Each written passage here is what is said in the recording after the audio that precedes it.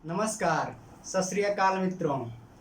आप सभी लोगों का सुंदरम ई पाठशाला के बृहद प्लेटफॉर्म पर स्वागत है।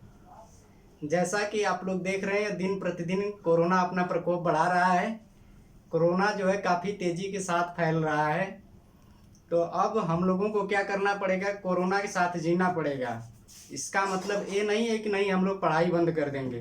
पढ़ाई हमें जारी रखनी है इस कोरोना पीरियड में भी, और कोरोना से लड़ना पड़ेगा हम लोगों को।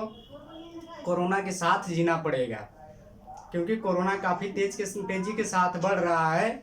और इसके साथ साथ जी करके हम लोगों को पढ़ाई करनी है, क्योंकि ऐसा नहीं है कि नहीं कोरोना अगर ख़त्म हो जाएगा तो हम लोगों को आगे जो है कि पढ़ाई नहीं करनी पड़ेगी। फिर उसके बाद जो है कि आपको पढ़ाई करनी पड़ेगी। और आप लोग जानते हैं कि अगर एक बार जो है कि आपका टूट गया सीक्वेंस तो जल्दी बनता नहीं है। इसलिए जो है कि पढ़ाई जारी रखिए, पढ़ाई बंद मत करिएगा इस कोरोना पीरियड में कि नहीं मेरी छुट्टी चल रही है। देख रहे हैं अभी 2-3 लगभग 3 महीने तक अभी पढ़ाई की कोई उम्मीद नहीं है कि आपकी ऑफलाइन कक्षाएं चलेंगी। अभी ऑनलाइन का ही केवल हम लोगों को सहारा है। तो इसलिए पढ़ाई बंद मत करिए। हम तो यही कहेंगे कि आप पूरा पढ़ते रहिए और अपने आप जो है कि बचते भी रहिए कोरोना से। जहाँ भी रहिए स्वस्थ रहिए और सुरक्षित रहिए। आइए, हम लोग बात कर रहे थे हिंदी। हम लोग पढ़ना शुरू किए थे हिंदी में। हमने आप लोगों को जो है कि वर्ण विचार पिछली कक्षा में जो है कि शुरू किया था। वर्ण विचार पर हम लोगों ने बात किया, वर्ण विचार बताया कि क्या होता है। उसके बाद मैंने जो है कि आप लोगों को ध्वनि, वर्ण और अक्षर में अंतर बताया। उसके बाद जो है कि हम लोग बात किए, हमने बात किया कि बताया आप लोगों के मुख से जो जो हम ध्वनियों का उच्चारण कर रहे हैं, इन ध्वनियों को हम वर्णों के रूप में उच्चारित कर रहे हैं। और यही वर्ण क्या होते हैं, 2 भागों में बढ़ते हैं। एक भाग कहलाता है स्वर, एक भाग कहलाता है व्यंजन। तो मैंने बताया कि स्वर क्या होते हैं।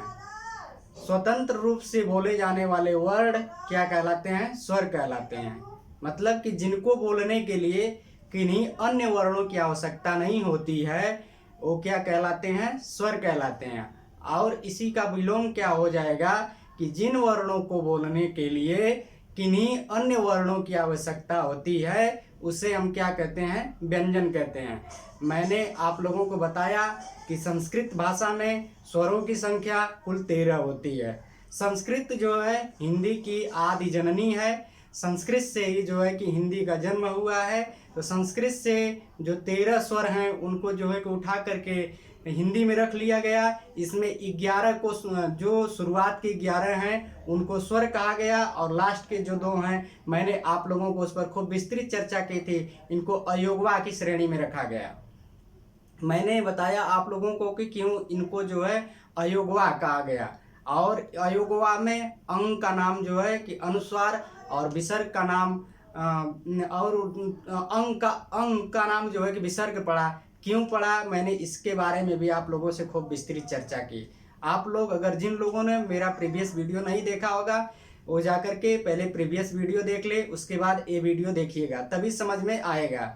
उसके बाद हम लोगों ने जो है कि स्वरों के प्रकार के बारे में जाना। स्वरों के प्रकार में मैंने आप लोगों को पहले बताया कि स्वर जो है, पहले प्रकार में मैंने बताया कि मात्रा या उच्चारण के आधार पर स्वरों का जो है प्रकार, मात्रा या उच्चारण के आधार पर स्वरों के मैंने आप लोगों को 3 प्रकार बताए। इसमें पहला मैंने आप लोगों को बताया ह्रस्व। आइए देखते हैं। पहला मैंने आप लोगों को ह्रस्व, दूसरा दीर्घ, तीसरा, एक पहला मैंने आप लोगों को बताया दीर्घ, दूसरा प्लुत, देखला सही दिखा था ना। हाँ। दूसरा जो है कि सॉरी, आपको पहला जो है कि ह्रस्व, और उसके बाद दूसरा मैंने आप लोगों को बताया दीर्घ, और तीसरा मैंने बताया प्लुत। मैंने आप लोगों को ह्रस्व के बारे में बताया कि ह्रस्व क्या होता है, दीर्घ क्या होता है, प्लुत क्या होता है। ह्रस्व जिन स्वरों को बोलने के लिए बहुत कम समय की आवश्यकता होती है, वो क्या होता है, ह्रस्व होता है। और जिन स्वरों को बोलने के लिए जिन स्वरों को बोलने के लिए ह्रस्व से अधिक समय लगता है वो क्या कहलाता है? दीर्घ कहलाता है। और जिनके बोलने के लिए दीर्घ से अधिक समय लगता है वो क्या कहलाते हैं? प्लुत स्वर कहलाते हैं। आप लोग जानते होंगे कि मैंने उस दिन बताया आप लोगों को कि ह्रस्व की संख्या कितनी होती है? 4 होती है। इसमें देखिए आपका ई, उ और री। छोटी ई, लघु उ और री।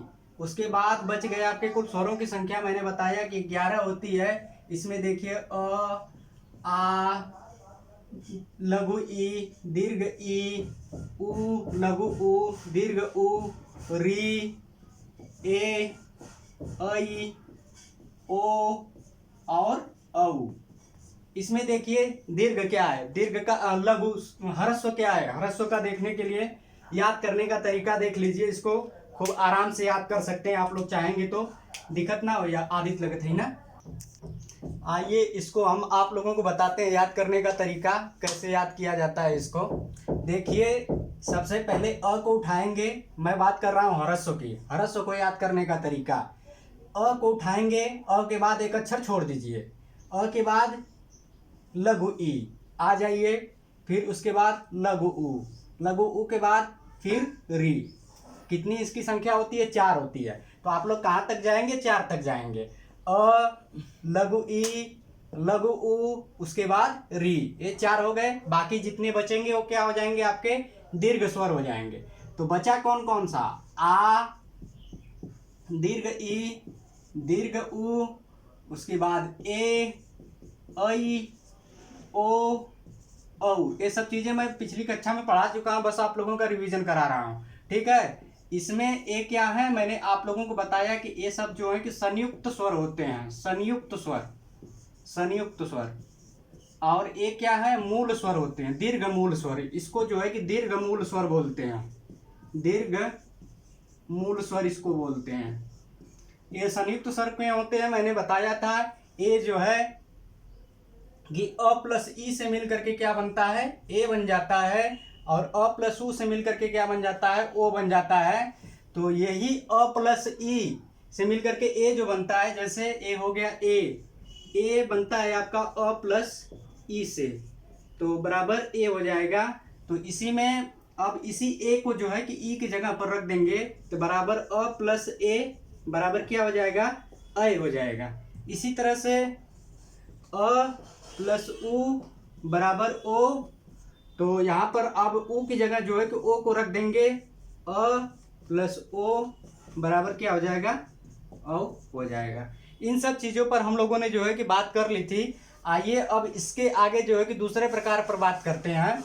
और एक चीज़ जान लीजिए, मात्रा के आधार पर मैंने बताया कि मात्रा के आधार पर उच्चारण मात्रा जो है कि कुल 10 होती है स्वरों की। अ की कोई मात्रा नहीं होती। ये क्या होता है? उदासीन, इसी को बोलते हैं उदासीन स्वर। कभी कभी क्वेश्चन पूछ देता है कि निम्नलिखित में से उदासीन स्वर कौन सा है? तो उदासीन स्वर आप जानते रहिए कि अ को उदासीन स्वर कहते हैं। क्यों इसको उदासीन कहते हैं? क्योंकि इसकी कोई मात्रा नहीं होती है। इसकी कोई मात्रा नहीं होती है। आइए इसके बाद हम लोग दूसरा नंबर बात करेंगे। दूसरे नंबर पर आता है, आप लोग हेडिंग डालिएगा, ओष्ठ आकृति के आधार पर स्वरों का वर्गीकरण।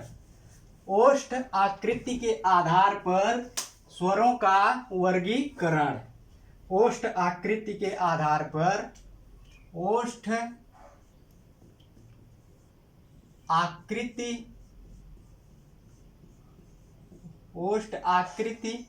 के आधार पर स्वरों का वर्गीकरण। स्वरों का वर्गीकरण, जैसा कि आप लोग जानते हैं स्वरों का उच्चारण जो है कि मुख से किया जाता है। जो हमारा ये मुख है इसमें जो है कि कुछ स्वरों का जो है कि स्वरों का उच्चारण जब करते हैं तो इसमें हमारे ओठ भी सहायक होते हैं, दांत भी सहायक होते हैं, मुर्दा भी सहायक होता है, हमारा कंठ भी सहायक होता है। तो यही जो इन्हीं प्रकारों के बारे में हम लोग बात कर रहे हैं। तो हमने जो है कि उच्चारण के आधार पर आपसे बात किया।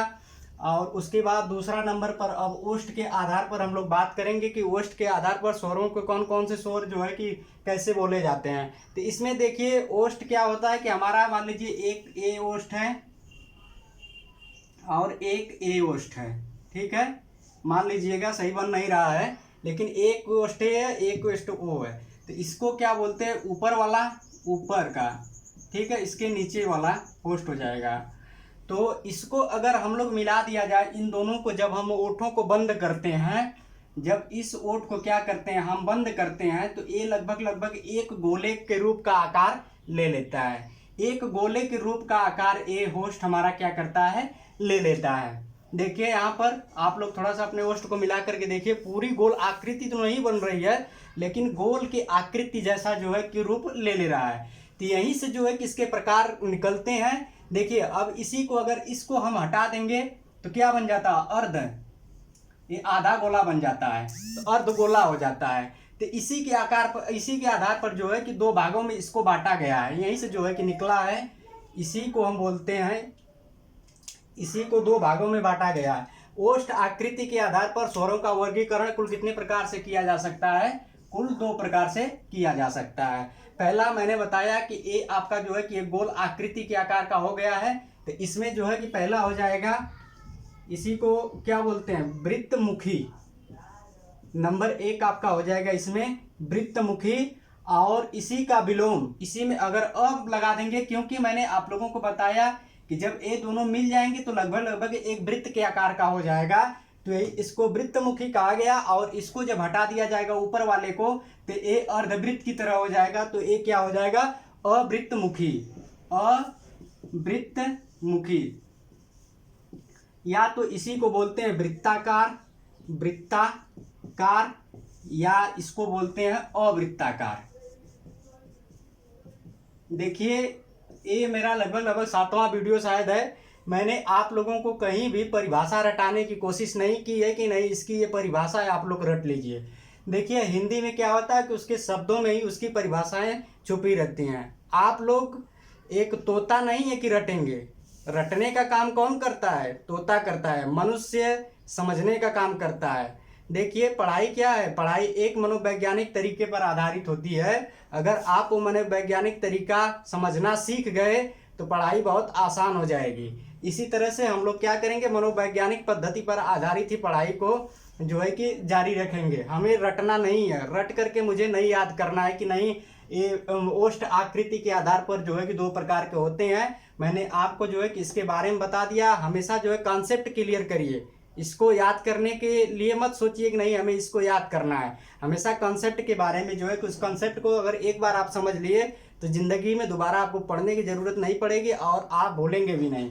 अब हो सकता है कि आप ये ना भूलें। मैंने आपको बताया कि ओष्ठ कैसा होता है, एक वृत्त के आकार का जब दोनों ओष्ठ चिपक जाते हैं तो लगभग लगभग ले लेता है।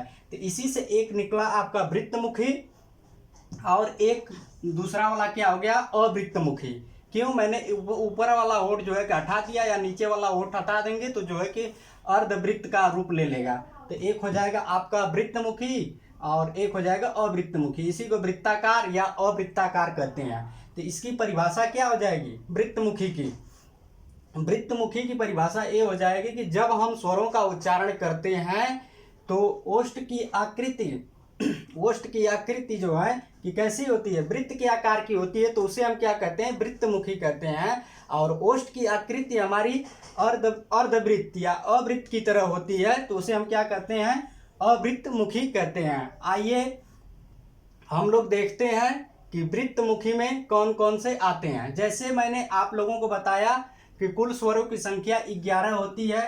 जैसे अ, आ, लघु ई, दीर्घ ई, लघु उ, दीर्घ उ, री, ए, ऐ, ओ, औ। 11 हो गए। 11 में अब हम देखिए धीरे धीरे जो है कि इसको बोलना शुरू करिए। जब बोलिए तो देखिए कि ओष्ठ हमारा किस जो है कि कैसे सहायक हो रहा है स्वरों का उच्चारण करने में। जैसे अ का जब हम उच्चारण कर रहे हैं तो हमारा ओष्ठ क्या हो रहा है, थोड़ा सा जो है कि खुल रहा है। अ, आ, आ का जो उच्चारण कर रहे हैं तो थोड़ा सा इससे ज़्यादा खुल रहा है। देखिए, तो उसके बाद जो है कि किस आकार का ले रहा है, ये जो है अ जब बोल रहे हैं तो ये हल्का सा आधा खुल रहा है, मतलब अर्धवृत्त की तरह हो रहा है। तो एक किसमें हो जाएगा, अर्धवृत्त में हो जाएगा। ए वाला जो है कि आपका आ जाएगा अर्धवृत्त मुखी में, आपका आ जाएगा अ। और आ बोलिए, आ भी बोल रहे हैं तो इससे थोड़ा सा जो है कि ज्यादा खुल रहा है मुख हमारा, तो ए भी आ भी किस में आ जाएगा, अवृत्त मुखी में आ जाएगा। उसके बाद ई देखिए बोलिए, बहुत कम हमारा ओष्ठ जो है कि खुल रहा है, तो इसमें ई आ जाएगा आपका लघु ई, उसके बाद दीर्घ ई। अब बोलिए ऊ, जैसे आप ऊ बोल रहे हैं तो हमारा ओष्ठ क्या कर रहा है, लगभग लगभग जो है कि एक वृत्त के आकार का हो रहा है। तो यहाँ पर इसमें किसमें आ गया, वृत्त मुखी में आ गया। ऊ ये दोनों एक ही कुल के हैं, इसलिए आ गए दोनों साथ ऊ। अब उसके बाद आपका ऊ के बाद क्या आ जाएगा, री आ जाएगा, री। अब उसके बाद बोलिए ए देखिए बोलिए हमारा ओठ हल्का सा खुल रहा है, ए ऐ। अब उसके बाद ओ देखिए, ओ जब बोल रहे हैं तो क्या हो रहा है कि ओष्ठ हमारे जो है कि वृत्त के आकार के हो जा रहे हैं। तो ओ और औ कितने हो गए, 11 हो गए। देखिए अब वृत्त मुखी में क्या आ गया, वृत्त मुखी में ऊ ओ औ, इसकी संख्या कुल कितनी हो गई, 4 हो गई। और शेष बचे 7 क्या हो गए, अवृत्त मुखी, मतलब जिसको बोलने में अर्धवृत्त की तरह हमारा ओष्ठ खुल रहा है, और जिनको बोलने में वृत्त की तरह हमारा मुख खुल रहा है वो वृत्त मुखी है। जिसको बोलने में हमारा ओष्ठ अवृत्त की तरह खुल रहा है, मतलब आधा वृत्त की तरह, वो क्या है, अवृत्त मुखी होता है। तो इसको याद करने का तरीका अब आप लोग देखिए, जैसे हमने जो है कि बोलने के आधार पर बताया ना, अब इसको याद करने का तरीका देख लीजिए। इसकी संख्या कुल कितनी है, 4 है। आप क्या करिए कि पहले वाले जो है 2 है कि अ को छोड़ दीजिए, आ को छोड़ दीजिए, शेष देखिए जो 3 की तरह बनने वाले हैं, शेष 4 जो है कि 3 की तरह बनने वाले हैं, वो क्या हो जाएंगे, वृत्त मुखी हो जाएंगे वो। और बाकी जो 7 हैं वो क्या हो जाएंगे, आपके जो शेष 7 बचे हैं वो अवृत्त मुखी में आ जाएंगे। यहाँ से आप लोग आसानी से याद कर सकते हैं। ये चीज़ें बड़ी जो है कि हार्ड लगती हैं, जब हम पढ़ते हैं तो हमें जल्दी ये सब सारी चीज़ें याद नहीं होती हैं, लेकिन आप लोग यहाँ पर अगर थोड़ा सा भी ध्यान देंगे तो आसानी के साथ जो है ये चीज़ें क्या होंगी, आपको याद हो जाएंगी। आइए एक बार और देख लेते हैं।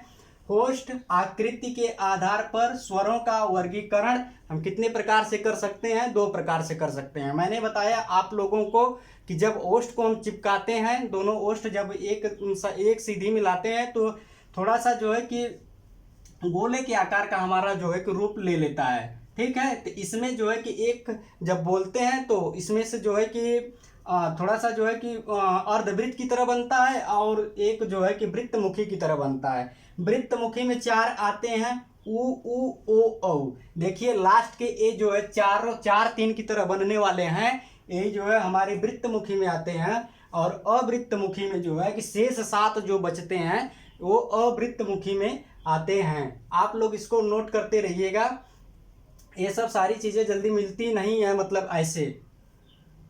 इसके बाद एक आप लोगों ने देखा होगा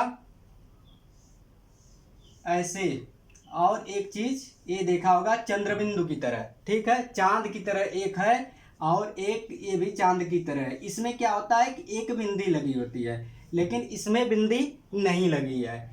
इसको हम लोग क्या बोलते हैं, चांद में बिंदी लगी है, इसलिए हम इसको क्या बोलते हैं, इन शब्दों को चंद्रबिंदु बोलते हैं। इन वर्णों को जो है कि चंद्रबिंदु बोलते हैं, चंद्रबिंदु वाले, चंद्रबिंदु।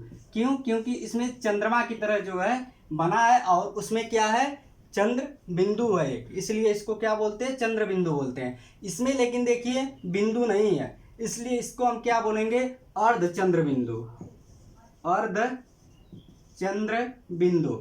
इसमें क्यों, क्योंकि इसमें बिंदु नहीं है, इसलिए क्या है, ये अर्ध चंद्र बिंदु है।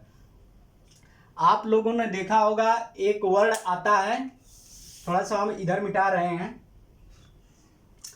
थोड़ा सा उधर मिटा करके आप लोगों को बता रहे हैं कि एक वर्ण आप लोगों ने देखा होगा आ। ऊपर जो है कि अर्धचंद्र बिंदु लगा होता है आ, इसके बारे में हम लोग बात कर लेते हैं।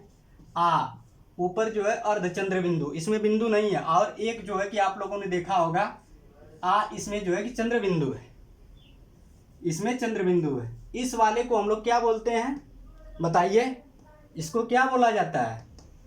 इसको जो है कि आगत स्वर बोलते हैं, आगत स्वर, आगत स्वर इसको बोलते हैं। क्यों इसको आगत स्वर बोलते हैं? इसका न तो संस्कृत में जो है कि ये वर्ड नहीं संस्कृत में मिलता है, नहीं हिंदी में मिलता है। तो ये आया कहाँ से? ये आया है विदेश से, विदेशी स्वर है। इसी को हम लोग क्या कहते हैं? आगत। आगत देखिए ना, इसमें आगत जुड़ा है, मतलब गत का मतलब क्या होता है? चल कर, आ का मतलब आना, मतलब चल करके आया। कहाँ से चल करके आया? विदेश से चल करके आया, ठीक है। इसी को हम लोग क्या बोलते हैं? आगत स्वर बोलते हैं। आगत स्वर में जो है कि चंद्र बिंदु नहीं लगा रहता है, अर्धचंद्र बिंदु होता है, ठीक है। इसको हम लोग आगत स्वर बोलते हैं। इसी को हम लोग जो है कि अर्धचंद्र बिंदु बोलते हैं, अर्धचंद्र बिंदु बोलते हैं इसी को। इसी को हम लोग मेहमान स्वर भी बोलते हैं। क्यों मेहमान स्वर बोलते हैं? क्योंकि ये विदेश का है, हमारे यहाँ का नहीं है। इसकी उत्पत्ति जो है विदेश से हुई है। इससे जितने भी शब्दों का निर्माण होता है वो सब क्या होते हैं? विदेशी स्वर होते हैं। देखिए जैसे आप कॉलेज, कॉलेज आप देखे होंगे, कॉलेज में जो है कि चंद्र बिंदु नहीं लगा रहता है, अर्धचंद्र बिंदु होता है। आपने एक शब्द देखा होगा हॉस्पिटल, हॉस्पिटल, देखिए इसमें भी अर्धचंद्र बिंदु लगा है, ठीक। तो ये सब क्या है? ये सब विदेशी शब्द हैं। कॉलेज, हॉस्पिटल, ये सब विदेशी शब्द हैं, इसलिए इसको आगत बोलते हैं। पूछता है कभी कभी एग्जाम में कि निम्नलिखित में से आगत स्वर कौन सा है, तो इसको आगत स्वर बोलते हैं, अर्धचंद्र बिंदु स्वर बोलते हैं, और उसके बाद इसको मेहमान स्वर बोलते हैं, इसको मेहमान स्वर भी बोलते हैं इसी को। तो इसको भी जो है कि इसी वृत्तमुखी श्रेणी में जो है कि इसी में रखा गया है। इसको वृत्तमुखी श्रेणी में जो है कि इसको रखा गया। एक क्वेश्चन एक बार पूछ चुका है कि निम्नलिखित में से बताइए कि वृत्तमुखी कौन सा है। तो इसमें से ए जो है कि ऑप्शन में दिया था, इसमें का 3 ऑप्शन रखा था ए, और एक ऑप्शन इसको रखा था। तो ए किसमें गिना जाएगा? ए वृत्तमुखी में गिना जाएगा। इसको वृत्तमुखी कहते हैं, ठीक है। ये वृत्तमुखी में गिना जाएगा। ये आगत या विदेशी या मेहमान स्वर होता है। इसी को विदेशी स्वर भी इसी को बोलते हैं, इसी को विदेशी स्वर भी इसी को बोलते हैं हम लोग। इसको ध्यान रखिएगा, इसको जो है कि वृत्तमुखी में रखा गया है, न कि अवृत्तमुखी में, ठीक। इसको वृत्तमुखी में रखा गया है। आइए इसके बाद अब हम लोग बात करेंगे जीभ की क्रियाशीलता के आधार पर। तीसरा हेडिंग डालिए आप लोग, जीभ की क्रियाशीलता के आधार पर। मुझे लगता है कि ये चीज आप लोगों को समझ में आ गई होगी। होस्ट की आकृति के आधार पर आप लोगों ने देखा। इसके बाद अब तीसरा हेडिंग डालिए, जीभ की क्रियाशीलता के आधार पर, जीभ की क्रियाशीलता के आधार पर, जीभ की क्रियाशीलता के आधार पर, क्रियाशीलता के आधार पर, के आधार पर, आधार पर, ठीक।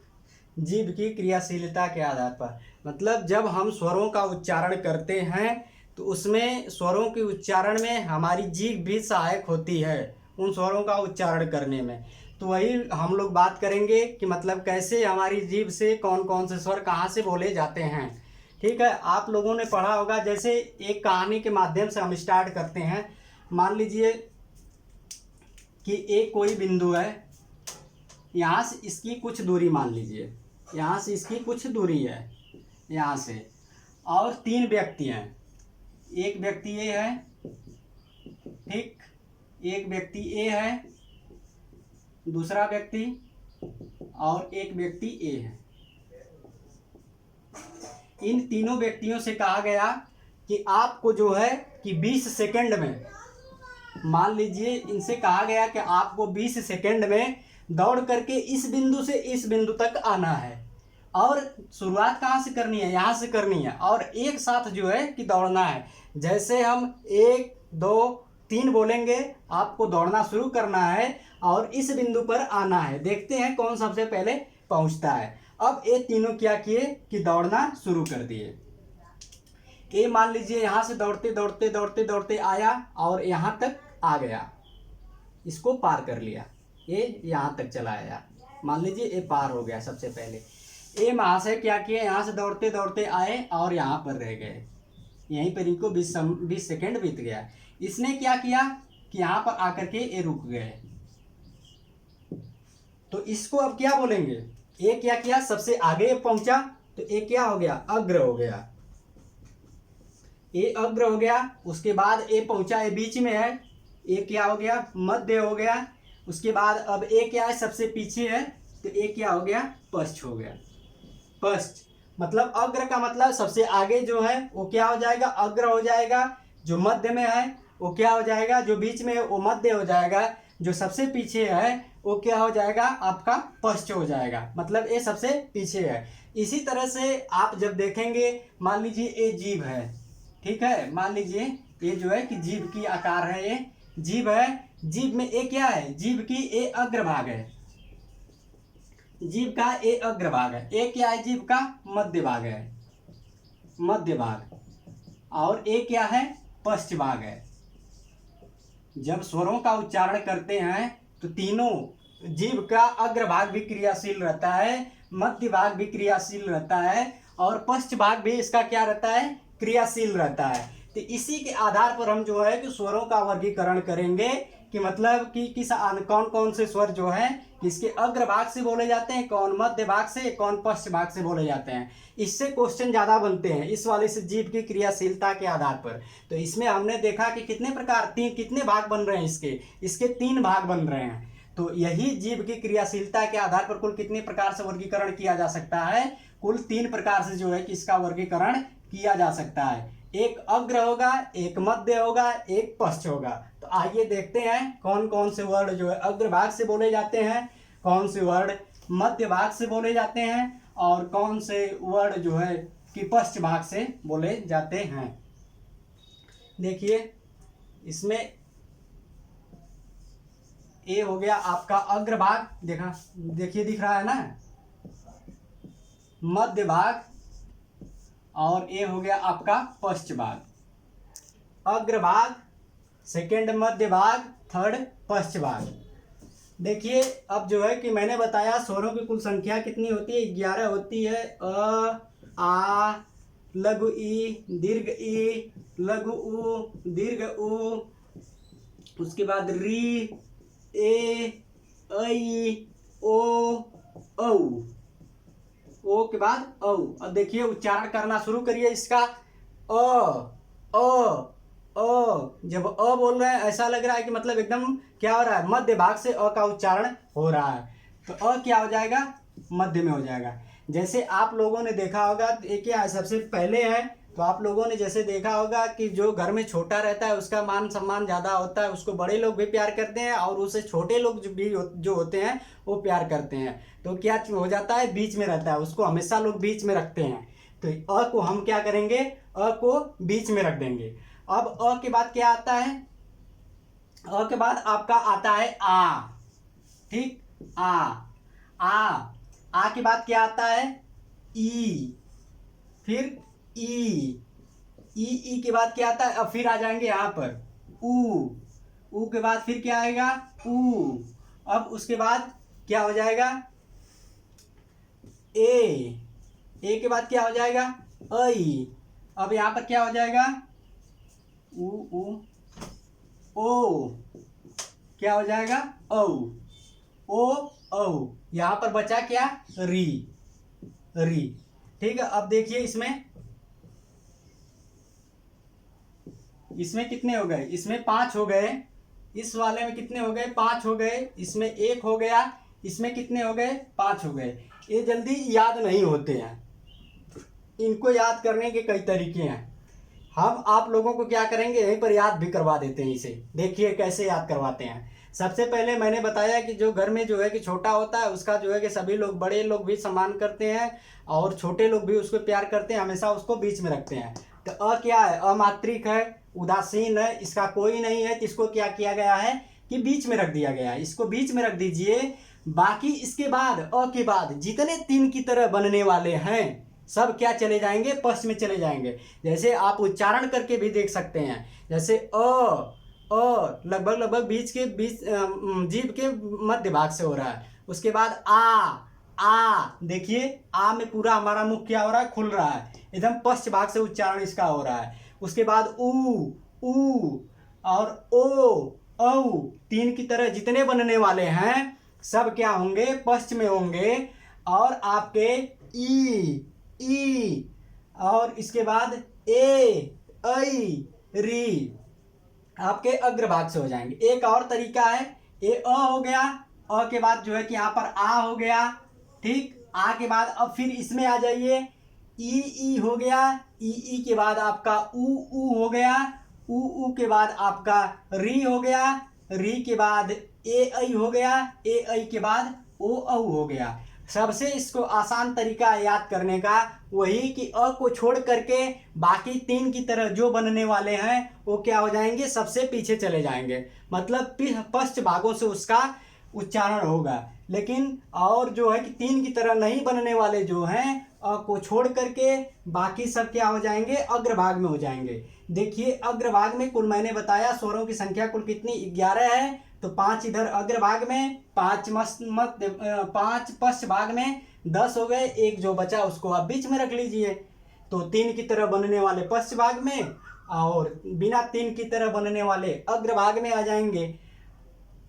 यहाँ से ए हो गया। युवा कल्याण अधिकारी में पूछा था निम्नलिखित में से किसका उच्चारण अग्रभाग से किया जाता है, निम्नलिखित में से किसका उच्चारण अग्रभाग से किया जाता है। उसमें उसने लघु ई, उसके बाद आ उ और ओ ऑप्शन में दिया था, आ उ और ओ जो है ऑप्शन में दिया था।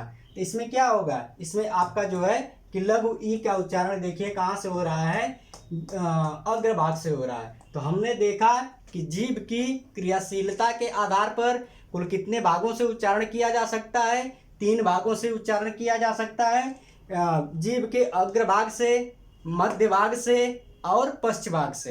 अग्रभाग से किसका कितने वर्णों का उच्चारण होता है, 5 वर्णों का उच्चारण होता है। कौन कौन से हैं, ई, लघु ई, दीर्घ ई, ए ऐ री। मध्य से कौन हो जाएगा, अ। पश्च से कौन हो जाएगा, आ उ, लघु उ, दीर्घ उ, ओ औ। मैंने बताया याद करने का तरीका क्या है, मध्य में अ को मध्य में रखेंगे, उसके बाद तीन की तरह जितने बनने वाले हैं उसको पश्च में रखा जाएगा, उसके बाद बिना तीन की तरह बनने वालों को क्या किया जाएगा, अग्रभाग में रख दिया जाएगा।